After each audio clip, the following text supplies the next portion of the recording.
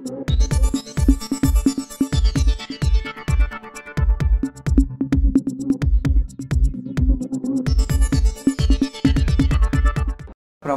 सिंधुदुर्गमध्ये पाऊस पडतोय आणि तिलारीचं धरण हे भरलेलं असल्यामुळे विसर्ग चालू आहे. त्याच्यामुळे सर्व नागरिकांनी काळजी घ्यावी अशी विनंती आहे. NDRFची टीम ऑलरेडी सिंधुदुर्गमध्ये आहे. मी आता कलेक्टर ऑफिसला मीटिंग संपल्यानंतर पूर परिस्थितीबाबतसुद्धा चर्चा करणार आहे आणि पुराच्या काळामध्ये ज्यांचं नुकसान झालेलं आहे सरकार तर त्यांना मदत करेलच. त्याच्यासाठी आता नॉर्म्ससुद्धा बदललेले आहेत की पूर्वी आपण जर एखाद्या स्टॉलमध्ये पाणी गेलं की दुकानात तर आपण त्यांना मदत करत नव्हतो. आता तोसुद्धा नॉर्म बदललेला आहे आणि त्याच्यामुळे सर्वांना सरकारी मदत होईल. यंत्रणेवरसुद्धा खूप भार असतो आणि त्याच्यामुळे प्रत्येकाने आपले जे पंचनामे तेवढे करून घ्यावे. आता पूर्वीचे सुद्धा जेवढी बाकी होती ही सर्व बाकी पाठवलेली आहे. त्यानं ते NDRFमधून ज्या ठिकाणी वॉल्स मंजूर झालेल्या होत्या, काही ठिकाणी जमिनी खचलेल्या होत्या, सगळ्याचे पैसे वर्ग आता झालेले आहेत. त्याच्यामुळे ही अडचण आता सिंधुदुर्ग जिल्ह्यामध्ये राहणार नाही. पुराची परिस्थिती आणि मी एरवीसुद्धा कधी माझा वाढदिवस मी स्वतः वाढदिवसाला उपस्थित नसतो. कार्यकर्ते अनेक वेळेला उत्साहाने वाढदिवस साजरा करतात. त्यांचं सगळ्यांचं मी मनापासून आभार मानतो.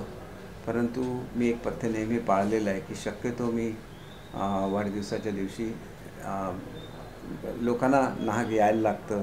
त्यांच्या नेहमी सदिच्छा माझ्यावर असतातच, परंतु कार्यक्रम मी साजरे करत नाही. आणि यंदा तर पुराचीसुद्धा परिस्थिती आहे, त्याच्यामुळे यंदा वाढदिवसाला मी इथं नसणार आहे. परंतु 21 तारीखला ज्याला गुरुपौर्णिमा असणार त्यावेळेला साईबाबांची पालखी येते, त्यावेळेला त्या पालखीच्या निमित्ताने मी येणार. त्यावेळेला निश्चितपणे सर्वांना भेटेन. नेहमीच प्रेम मला सिंधुदुर्ग जिल्ह्याने देत राहिलेले आहे आणि त्याच्याबद्दल मी सर्वांचाच आभारी आहे. त्यांच्या प्रेमामुळेच खूप काम मी करू शकलो. अनेक क्रांतिकारी निर्णय हे शिक्षणाच्या क्षेत्रामध्ये घेतलेले या वर्षापासून त्यांची अंमलबजावणीसुद्धा सुरू होईल. आपण स्काउट अँड गाईड पहिल्यांदाच इंट्रोड्यूस केला आहे, कृषी केला आहे, हॅपी सॅटर्डे आपण त्या ठिकाणी चालू केला आहे, महावाचन उत्सव चालू केला आहे, माझी शाळा सुंदर शाळा अभियान चालू केलेलं आहे आणि लवकरच ॲडॉप्ट स्कूल या स्कीमखाली बऱ्याचशा शाळा दुरुस्त होतील. पूर्वीसुद्धा मी ज्यावेळेला DPCची मीटिंग झाली होती त्यावेळेला अधिकाऱ्यांना सूचना दिलेली होती की अगोदर तुम्ही जी छपराची कामं आहेत ती करून घ्या, कारण पावसाचं प्रमाण खूप जास्त असतं. परंतु ज्या ठिकाणी मला कळवण्यात आलं त्या ठिकाणी मी स्वतःच्या खर्चाने दुरुस्त करून घेतलेलं आहे.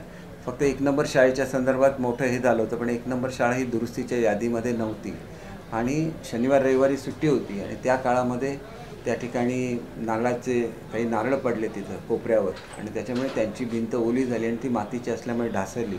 मी ईश्वराचे आभार मानतो की शाळा सुरू नव्हती आणि सर्वच शिक्षकांना आव्हान आहे, हेडमास्टरना आव्हान आहे की असं कुठेही जर भिंती ओल्या असतील तर त्या ठिकाणी मुलांना बसवू नका, कारण आपल्याकडे पावसामध्ये नळे फुटतात आणि त्याच्यामुळे मी ज्यावेळेला पालकमंत्री होतो त्यावेळेलासुद्धा आणि नंतरच्या काळातसुद्धा पत्रे आणि कौलं याचा दोघांचाही वापर त्या ठिकाणी करावा, जेणेकरून कौलं जर फुटली तर पत्र्यावरून ते पाणी बाहेर जाऊ शकतं. तर त्याची काटेकोर अंमलबजावणी जिल्ह्यामध्ये होईल अशी अपेक्षा करतो. याच्यासाठी 3 निवासी शाळा जिल्ह्यासाठी मंजूर केलेल्या आहेत, त्यासुद्धा लवकरच सुरू होतील. जिल्ह्यामध्ये आपण संपूर्ण इंटरॅक्टिव्ह एज्युकेशन सगळ्यात जास्त हे सिंधुदुर्ग जिल्ह्यामध्ये आहे आणि त्याच्यामुळे त्याच्याचबरोबर काही वेळेला ज्या लोकांना भरतीमध्ये संधी मिळालेली नाही, टेम्पररी आपण ज्याप्रमाणे माजी शिक्षकांची वापर करण्याचं परवानगी दिलेली आहे त्याचप्रमाणे D.Ed आणि TET पास झालेली सुद्धा जी मुलं आहेत त्यांचा तात्पुरत्या स्वरूपात वापर हा रत्नागिरी जिल्ह्यामध्ये सुद्धा केलेला आहे. सिंधुदुर्ग जिल्ह्यालासुद्धा ही परवानगी दिलेली आहे, कारण हे दोन्ही अतिपावसाचे आणि दुर्गम जिल्हे आहेत. त्याच्यामुळे तात्पुरता ज्या स्वरूपाच्या नोकऱ्या आहेत आणि त्यांनीसुद्धा कबूल केलेलं होतं की आम्ही तात्पुरत्या स्वरूपामध्ये, परमनंट तर आम्हाला नियमाचं पालन करायलाच लागतं, नाहीतर ह्या मॅटर कोर्टामध्ये जातात आणि तिथं त्या टिकत नाहीत आणि त्याच्यामुळे असा वेगळा नियम कुठल्याही जिल्ह्याला लावता येत नाही. परंतु अशा तऱ्हेच्या मागण्या हे आम्ही पालघरची सुद्धा मागणी मान्य केलेली आहे. त्याच्यामुळे कोकणामधली विशिष्ट परिस्थिती लक्षात घेता तात्पुरत्या स्वरूपात D.Ed बेरोजगारांचा त्या ठिकाणी वापर करून घेण्याची परवानगी ही दिलेली आहे आणि इतर कुठल्याही जिल्ह्यांकडून तशी मागणी आली तर त्याचासुद्धा शासन सहानुभूतीपूर्वक विचार करेल.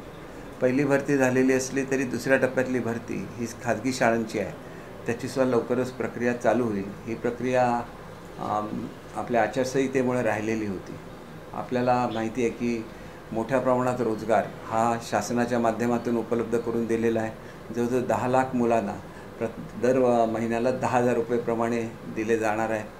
माझी लाडकी बहीण योजनेखाली महिलांना निधी दर महिन्याला उपलब्ध करून दिला जाणार आहे. महिलांनासुद्धा आव्हान आहे की मुदत वाढवलेली आहे, त्याच्यामुळे कोणाचे रजिस्ट्रेशन झालं नाही म्हणून ते त्याच्यापासून वंचित राहणार नाही. अनेक वेळेला ज्यावेळेला मोठ्या प्रमाणामध्ये रजिस्ट्रेशन केलं जातं त्यावेळेला साईटसुद्धा स्लो होतात आणि त्याच्यामुळे असं कोणीही मनामध्ये शंका बाळगण्याची कारण नाही किंवा कोणालाही कृपया पैसे देऊ नका. सरकारच्या मार्फत ही व्यवस्था केलेली असते. आम्ही आमच्या संघटनांच्या माध्यमातूनसुद्धा हे फॉर्म्स वगैरे लोकांपर्यंत पोहोचायची व्यवस्था केलेली आहे आणि ऑफलाईनसुद्धा फॉर्म स्वीकारायला मुख्यमंत्री महोदयांनी मान्यता दिलेली आहे. त्याच्यामुळे अनेक लोक जे टीका करत होते शासनावर तेच आता आमचे फॉर्म वाटत फिरत आहे, हे आनंदाची बाब आहे. चांगल्या योजना आमच्या शासनाने दिला आहे.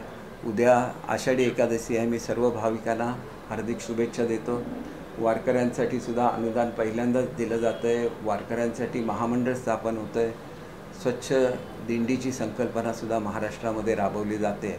या सर्व माध्यमातून महाराष्ट्राचं आराध्य दैवत असलेल्या विठोबा माऊलीला एका अर्थाने शासनाने पूर्ण त्याच्यावर लक्ष दिलेलं आहे. स्वतः मुख्यमंत्री आजसुद्धा लवकर पंढरपूरला पोचत आहेत आणि या सगळ्याची पाहणी करणार आहेत. वेगवेगळ्या ज्या इतर सेवा उपलब्ध शासनाच्या मार्फत करून दिलेल्या आहेत त्याचंसुद्धा त्या उपलब्ध करून दिल्या आहेत की नाही याची खात्री करणार आणि त्याचं लोकार्पणसुद्धा करणार आहे.